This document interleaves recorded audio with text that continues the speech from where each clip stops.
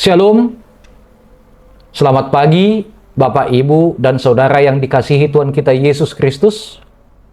Sebelum kita memulai aktivitas hari ini, mari kita mendengar dan merenungkan firman Tuhan. Kita berdoa. Damai sejahtera Allah yang melampaui segala akal, itulah yang memelihara hati dan pikiranmu. Di dalam Kristus Yesus Tuhan kita. Amin. Firman Tuhan bagi kita saat ini, hari Jumat, tanggal 5 Juni 2026, tertulis dalam kitab Markus pasal 8 ayat 34. Dalam bahasa Batak dikatakan, Laos dijou manatoropi rapdohot sisianna, didok matunasida. Nasa nagiot mangihut tonau, disuadahom madirina, dituhuk masilang natu ibanai, diihut tom maau.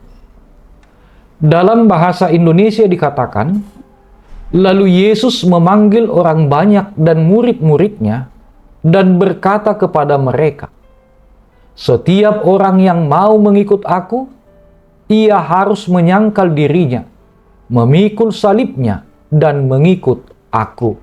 Demikian pembacaan firman Tuhan. Bapak, Ibu, Saudara yang dikasihi Tuhan kita Yesus Kristus, di era digital saat ini, kata pengikut atau follower telah mengalami pergeseran makna. Kita bisa menjadi pengikut seseorang di media sosial hanya dengan sekali klik tanpa biaya dan tanpa komitmen apapun.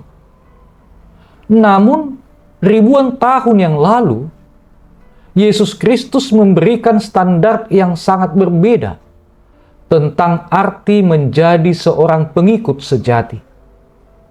Dalam renungan ini, Yesus menegaskan bahwa mengikut Dia bukan sekedar menjadi penonton yang pasif.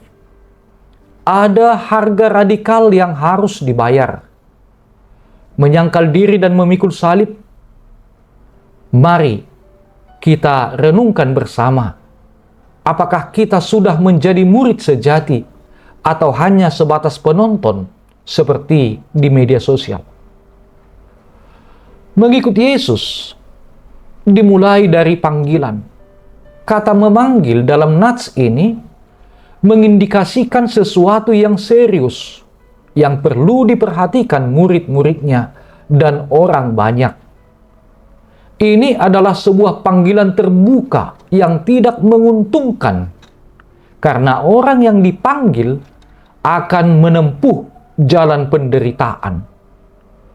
Para murid dan orang Kristen akan menghadapi penindasan dan ancaman penganiayaan kekaisaran Roma di bawah kekuasaan Nero.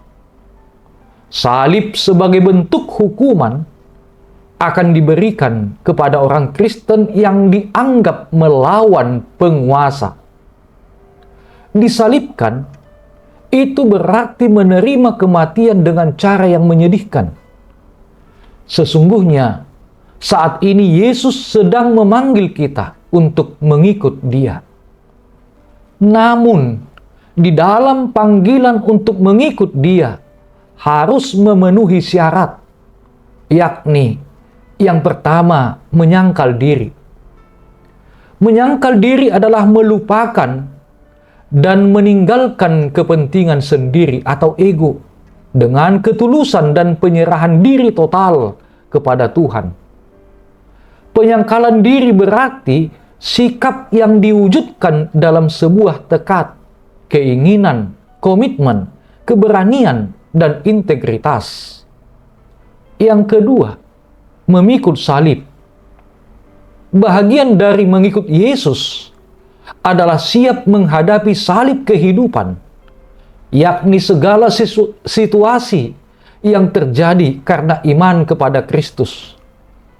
Salib melambangkan beban berat yang harus ditanggung dan dipikul, seperti penderitaan, 1 Petrus 2 ayat 21, kematian, Kisah 10 ayat 39, kehinaan, Ibrani 12 ayat 2, cemoohan Matius 27 ayat 39, penolakan 1 Petrus 2 ayat 4. Kunci utamanya adalah kesetiaan. Yang ketiga, mengikut Yesus. Di zaman dulu, seorang murid akan berjalan di belakang rabi atau guru mereka untuk meniru seluruh cara hidup, karakter, dan tindakan sang guru. Mengikut yang dimaksud adalah keputusan akhir yang tidak bisa ditawar dan tetap secara terus-menerus. Makna utama dari mengikut Yesus menjadikan Yesus penentu arah hidup, meniru karakter Kristus, komitmen setia dan konsisten, terlibat dalam misinya. Bapak, Ibu, Saudara yang dikasihi Tuhan kita Yesus Kristus, mengikut Yesus berarti mengambil jalan yang berbeda dengan dunia. Artinya, ketika kita berada di pekerjaan, kita melaksanakannya dengan cara, tindakan, tujuan, dan motivasi yang sesuai dengan nilai-nilai etika kerajaan Allah, bukan nilai kerajaan dunia. Nilai-nilai yang bersendikan kejujuran, kasih, keadilan, kemanusiaan, egalitarian, dan perdamaian. Harus berani menentang sikap hidup yang menghasilkan ketidakadilan, intoleran, korupsi, dan kebobrokan moral. Berani melawan serta tidak terlibat dalam korupsi yang tidak manusiawi, eksploitasi alam demi kepentingan politis dan ekonomi. Inti dari jalan penderitaan di masa kini adalah kita berani melangkah dalam jalan atau gaya hidup yang berbeda dengan dunia. Dan jika bagi dunia nilai-nilai kerajaan Allah yang kita junjung itu adalah kebodohan, membuat kita terhina, menderita, dan bahkan teraniaya secara fisik, mental, dan psikologis, itu adalah layak untuk kita pikul dan kita alami. Sebagai pengikut Kristus, hendaklah kita berpikir dan bertindak sebagaimana yang Tuhan inginkan dari kita, bukan malah mengarahkan Tuhan melakukan sesuatu yang kita pikirkan. Amin, kita berdoa. Ya Tuhan Allah Bapa yang bertahta dalam kerajaan surga, terima kasih atas firman yang telah menyapa kami saat ini. Ajarilah kami untuk menyangkal diri. Tolong kami agar mampu menundukkan ego dan keinginan daging. Berikan kami kekuatan untuk memikul salib, karena kami tahu jalan mengikut-Mu tidak selalu mudah dan penuh dengan tantangan. Ketika kami menghadapi penderitaan, penolakan, dan ujian iman, jangan biarkan kami menyerah, melainkan memampukan kami memikul setiap tanggung jawab dengan sukacita dan ketekunan. Mampukan kami untuk terus mengikut Engkau. Penuhilah kami dengan Roh Kudus-Mu, agar kami memiliki keberanian untuk hidup sebagai murid-Mu yang setia sampai akhir. Di dalam nama Tuhan Yesus Kristus kami berdoa dan bersyukur. Amin. Shalom.